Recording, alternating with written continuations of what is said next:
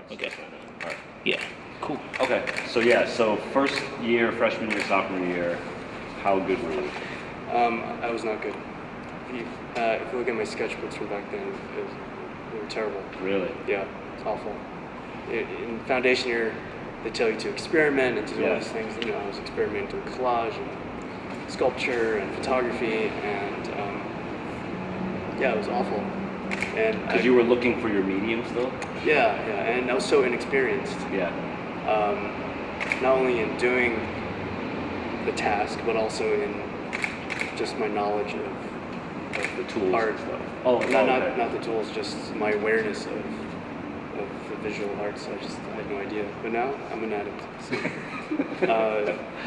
no, I was very diligent in school. That was the thing. I felt like I had an edge above everyone else, was because I was used to, you know, putting in the work and actually enjoying doing the work. Mm-hmm. And oh yeah, I loved doing it. You know, I did it like, you know, 16 hours a day. Like I couldn't stop. I sat in every single class I could find, and then even after that, I'd find other workshops to sit in at. I was a maniac. Yeah.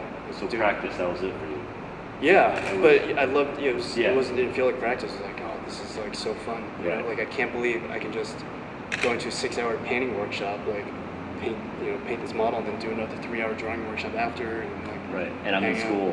Yeah, exactly. Yeah. Were you sort of inspired or impressed by your students, or were they like honestly sucky? There were a few students that were really great, and we still all keep in touch. Yeah. And I think 95% of the student population, the 5% are always going to gravitate towards each other. You know, the people who work hard, have that the kind of. What are the other 95%? They keep the school running. They keep the bills paid. No, it's the same thing. It's the same thing with dance school or anything else. You know, you're not going to become a top ballerina. You know, not everyone's going to make it. So. Yeah, it's just unfortunate that's the way it is. But I don't know. It might be different these days because of technology.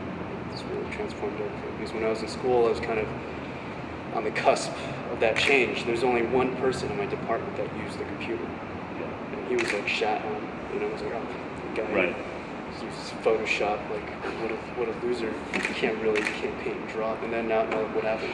You know, so. Right. The people who stuck with the oil paints, they're fossils. So. Do you think the technology and the internet has like leveled the playing field? Yeah, because you can learn so much and see so much so quickly. Access is key. Because in art schools, you sort of when I was in school, you kind of had to really work for it. You know, you had to go to museums, go to the shows, like kind of ingratiate yourselves to the teachers, and then they showed you the cool shit. But now it's like everyone has a laptop, iPad, or iPhone. Everyone has a website. Back then, like a lot of artists didn't have websites. So you think the internet sort of benefited your career? Oh, absolutely. Yeah, I would not be here without having my website doing all the work for me. You know, getting all those eyeballs and spreading my work around like an STD. You know, it's a good analogy. Yeah. Did you start doing a lot more like magazine illustration stuff? Yeah. What happened was, I started doing some stuff for the New York Times. Yeah. I dropped off my portfolio at DC Comics. A friend of mine introduced me, and then like a couple months later, they called me back. And they're like, hey, we have this project maybe you'd like to work on, and they booked me for 5 covers. Because the paintings I was doing at the time were very surreal and strange. And do you have any of those by any chance? They might be on my website, I think. Okay. Those works weren't appropriate for, say, the mass market, but for comics, especially for Vertigo, they're publishing like more adult type of stuff. You know, not superheroes, but like fiction. Edgy, yeah. So. What were those covers that you first did? It was for this book called Fables. Okay. Yeah. So that took off, and I did Fables for about 7 years.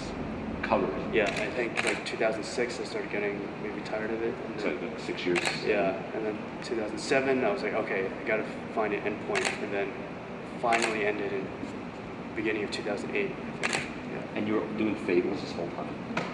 Well, yeah, I started doing Fables, and then I did like a run of Batgirl covers, Green Arrow, Batman, did some covers for Marvel, Amazing Fantasy, Runaways. I find that ironic that you went into SVA, decided you don't want to do cartoon. Yes, comics. exactly. Yeah, and then that's you're what I ended up. You're being whored out by the comic industry. Yeah, it's funny. I mean, I did interiors for one story, but I never considered myself a cartoonist because I wanted to concentrate on a single image. Yeah.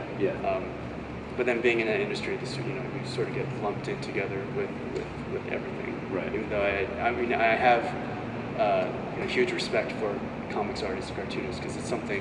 I mean, I love reading comics. It's something I wish I could do, but I can't because I'm a painter. I can only do one image at a time.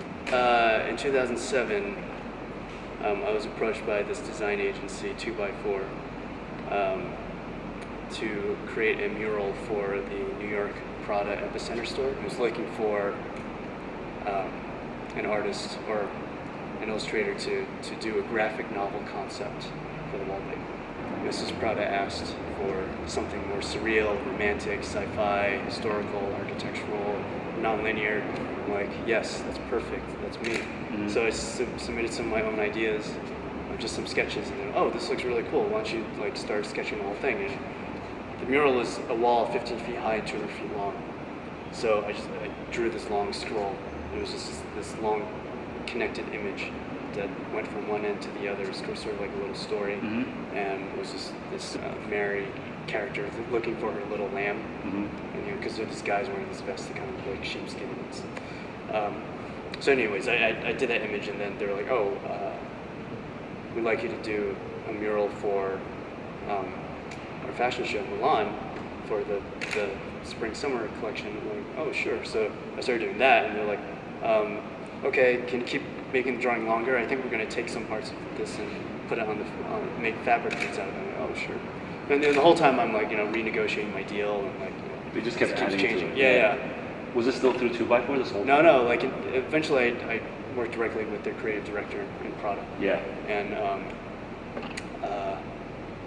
then they flew me to Milan to check out the show, and then I put on bags and dresses and everything. Oh, you didn't even know? You just kind of gave them a print, and they just created all the stuff off of it. Yeah. Wow. Yeah. So I just sent them the scans, and they ran with it. So I put on shoes and the graphics on the shoe boxes. And then they said, now that we have all this stuff, we want to expand upon this world. Let's do an animated film. It was sort of the pinnacle, I think, of anything I could do as a commercial artist. Mm-hmm. Because as an illustrator, you sort of look for three things: money, prestige, and exposure. And this had all three. Yeah. So then after that happened, I was like, I can't, once having tasted the fruit, can't go back. Uh-huh. So I stopped illustrating. I was looking to stop at the time anyways, and that was, I feel like, the perfect time to exit. So I stopped taking on any jobs, which is funny because once you stop, they want you more. Yeah. Right? The very beginning of 2009, I had my first solo gallery show at Jonathan Levine Gallery in New York. Mm. It was the height of the financial collapse, but my show still sold out. Yeah. It was great, and it sold for really good prices. I had paintings that were, 10, 15, 30, 45, 50 grand. Mm-hmm. Sold out. It was great. It was amazing. Yeah. And but then I hate it. No, I don't. What did you hate? I didn't hate the work. I said I hated the work, but no, I'm just being too blunt about it. But no, I don't hate the work. I like the work. It's just not what I'd like to do. It's not what I want to do at the moment. Okay. Right now. So I can't paint like that anymore. Okay. So I started doing work I wanted to do, work that I was interested in, and that kept me interested. But this new work is a little more challenging for people. So Yeah, so it's, I do feel like I'm back at square one Yeah. in some ways, especially because the art world doesn't know who I am. It's like, I'm just starting out. Right. I only had one. Well, now I've had two gallery shows, but yeah, curators and those types of people. I don't have an MFA. I'm not in that circle. Right. I don't have many friends that are painters. Mm-hmm. Most of my friends are they're in the creative industries, but they're not in the fine art world. Yeah. They're constantly pushing. Mm-hmm. So, with design, you have to cater to the whole sort of, Clients, yeah. With fine art, it's the same thing too. But I think if you're talking about being a pure artist, Yeah. that's what you're trying to do. Right. There's plenty of artists that They're very commercial. service their Yeah. customer And well. the biggest artists do that. Yeah. So, Yep. But you don't want to fall into that trap. yeah, I say that now, but who knows? When the ramen comes back, you'll be like, I love ramen. okay, good. Then you're good. Yeah, I'm good. It's the advantage of being Asian. You can just Yeah. have top ramen for the rest of your life. It doesn't matter. I love eating it dry. Sprinkling the seasoning. You don't even need water bill then. No, You I don't cool. need water. You don't even need the electricity bill to heat the bowl. Yeah, Yeah, exactly. Just eat it like a cracker.